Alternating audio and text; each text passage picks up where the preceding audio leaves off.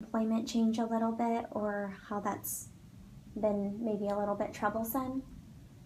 Before I had a stroke, I worked at Alliance Data Systems in Dallas. Mm-hmm.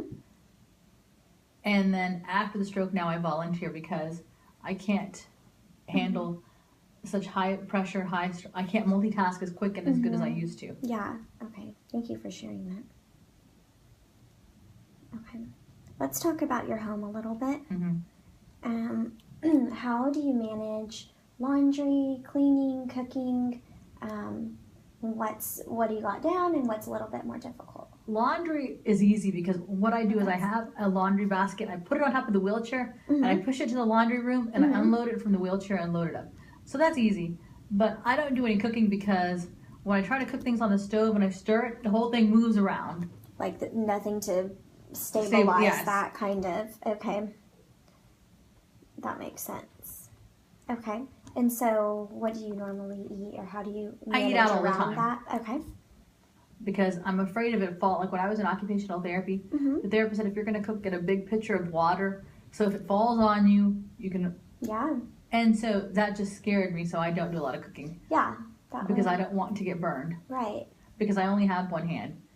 So I can't really, yesterday I was making a smoothie and the fridge was in a glass container, like in a glass, and it fell and it leaked all over and I couldn't reach the paper towels to clean it up, and it made me worry. And I figured that's not hot, that's just cold from the fridge. So if that has a problem, then things that are hot, like on the stove or the oven, can burn and cause greater problems. Yes. Yes. So you just adapted some, and now you eat out a little bit, but that's neat that you're able to still do laundry and you've adapted to be able to do that. Okay. How about, you're no longer a student, correct? Well, let me ask you this way. Okay. How do you perceive your homework is going? It is going pretty good. I need to do a little more time. I have difficulty with organizing a desk.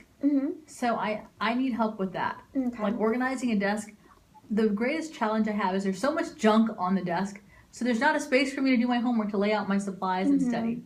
So I need some help to do that. Okay, yes. Okay, let's see. Let's go ahead and move on to leisure and things that you enjoy doing. This is more fun to talk about, in my opinion. So let's talk about quiet recreation first. What are some things that you like to do, whether it's hobbies, it could be crafting, it can be reading leisurely books.